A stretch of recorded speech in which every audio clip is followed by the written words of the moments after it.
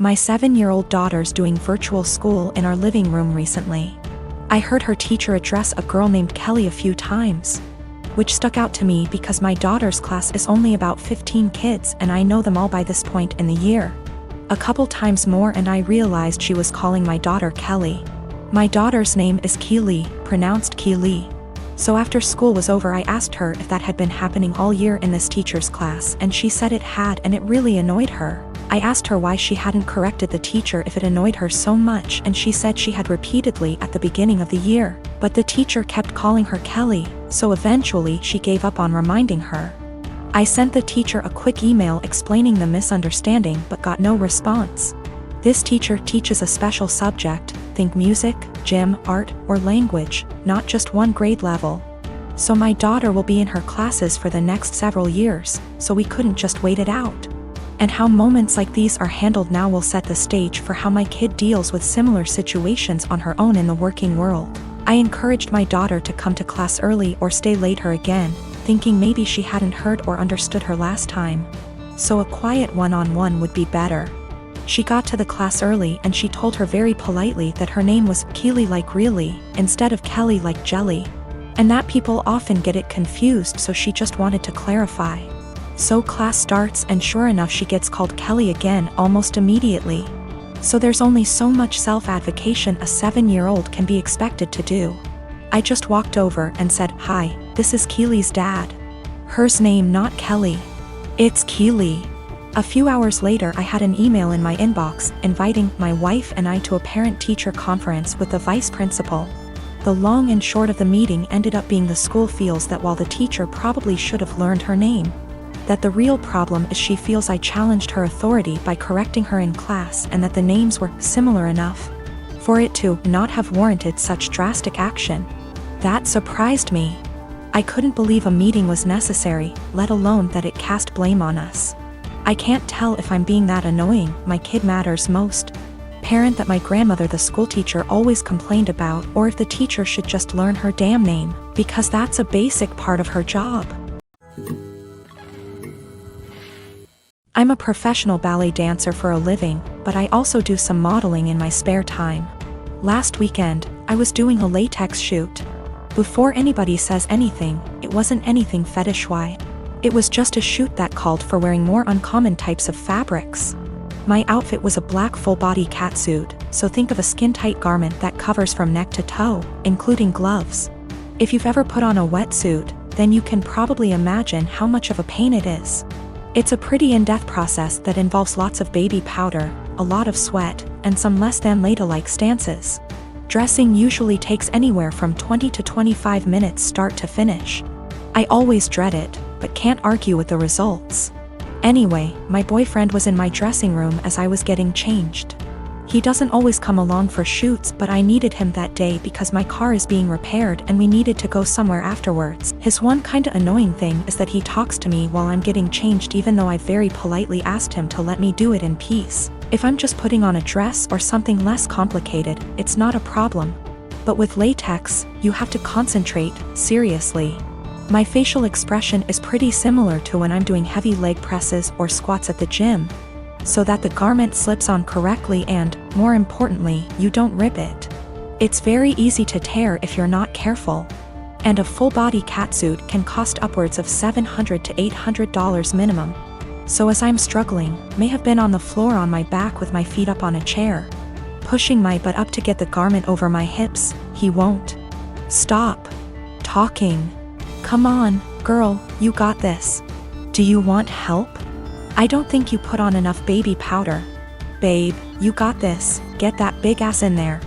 And I politely asked him several times to just let me concentrate. He responds by saying, "Relax, I'm just trying to help," before patting me on the butt. I'd had enough. I demanded he stand outside because he was being super distracting and I couldn't afford to rip the garment. I didn't ask him to help because there's a technique to getting latex on and he doesn't have it. He got all pissy and was like, "Whatever, maybe you need a bigger size anyway," before leaving the shoot completely and taking the car. I had to get an Uber home after the shoot. On one hand, I was getting super frustrated, I was hot and sweaty, and combined with my kinda short temper, I was getting pissed off that I couldn't get the suit on. On the other hand, I asked him multiple times not to comment or distract me. And I never indicated that I was in the mood to be touched.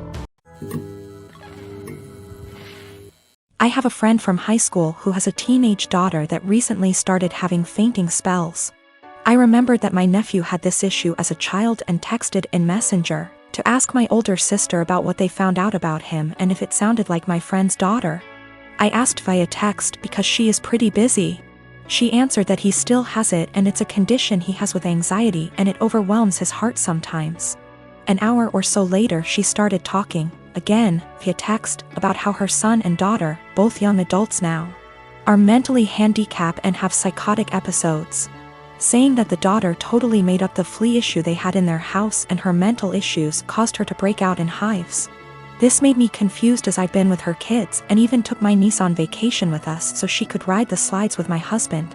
Not my thing anymore, and she was perfectly fine. Well, an hour later my sister texted me saying all of that was not her. After she had told me about her son's anxiety issue, she had went to work and her husband. Yes, her husband had pretended to be her and even Googled all this BS up. I already had issues with her husband. He has lied and has had other issues before. To say I was angry is an understatement. Her husband, who is not her children's father, was bad-mouthing and telling me her kids are mentally unstable. Carl already has a past of being like this to her kids and my sister went along with it. I told her, that was it. I'm done. I went no contact for the past month, although I kept in touch with the kids. She has a younger son, age 15. And he does not get along with her husband, either.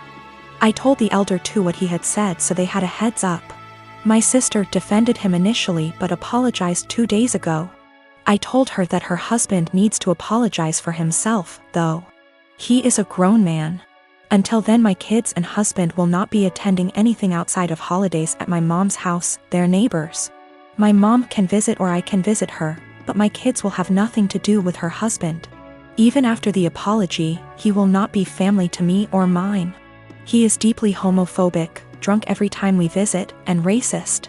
He is the reason my sister is not someone I want to raising my kids if something happened to us. My mom told me I should let it go, because family, but my husband backs me 100%. He claims he thought I knew it was him because they share a FB account. He was looking at other women's accounts and talking to them. So my sister insisted they share an account so he would not do that. Even if it were him not pretending to be my sister, he was spreading lies about two people I care for deeply. Almost all the marriages in my family have been arranged marriages. My mom's marriage to my bio dad was an arranged marriage, but it ended up in a messy divorce and him completely abandoning us before I was even born. My mom had a love marriage the second time, despite the disapproval of her family, and has been much happier with my stepdad than she probably would have ever been with my bio dad. Because of this, my mom has always been very adamant that she would not try to force us, my siblings and I, into arranged marriages despite what the rest of our family thought. I've been with my fiancé for 3 years now. We got engaged 2 months ago. He's met my parents and siblings, but as far as the majority of my extended family were concerned, I was single until 2 months ago.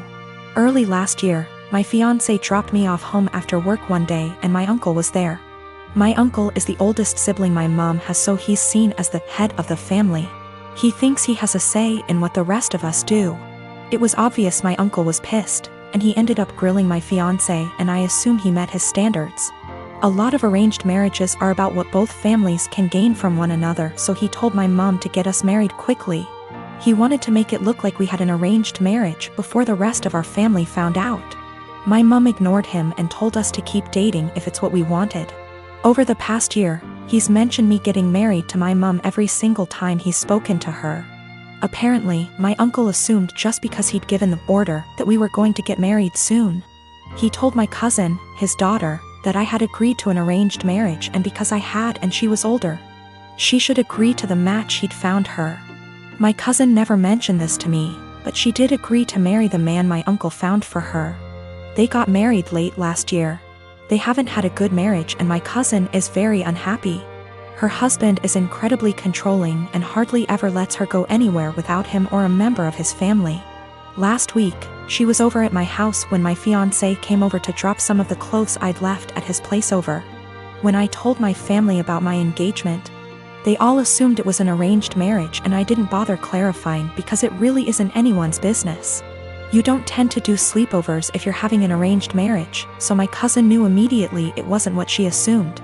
She started asking me questions about my relationship and I answered honestly. She got really angry at me and kept demanding to know why I didn't tell her about him. The thing is, I'm very close to this cousin, but I also know how our family is about dating, and I didn't want my male cousins trying to strong-arm my fiancé. They've jokingly threatened this before. She pretty much blamed me for her arranged marriage and said she only agreed because she thought I was going to have one too, and if I had told her I had a boyfriend, she would have had the courage to stand up to her family. She hasn't spoken to me since. I do feel bad for her. I know how unhappy she is, but if she had mentioned what my uncle told her earlier, I would have clarified. I don't want this to be the end of our relationship, but I don't know what I can do to fix this.